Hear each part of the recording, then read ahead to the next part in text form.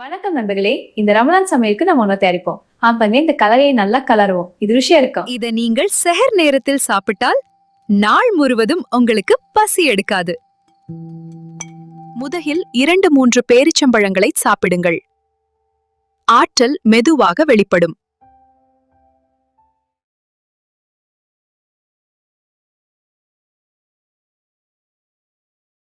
ஒரு முட்டை மற்றும் ஒரு வாழைப்பழம். புரோட்டீன் மற்றும் பொட்டாசியம் உங்கள் உடலுக்கு ஆற்றலை தரும். அதிக அளவு தண்ணீர் குடிப்பது மிகவும் முக்கியமானது. அதிக அளவு தண்ணீர் குடிப்பது மிகவும் முக்கியமானது.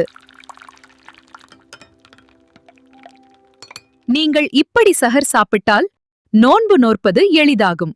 மேலும்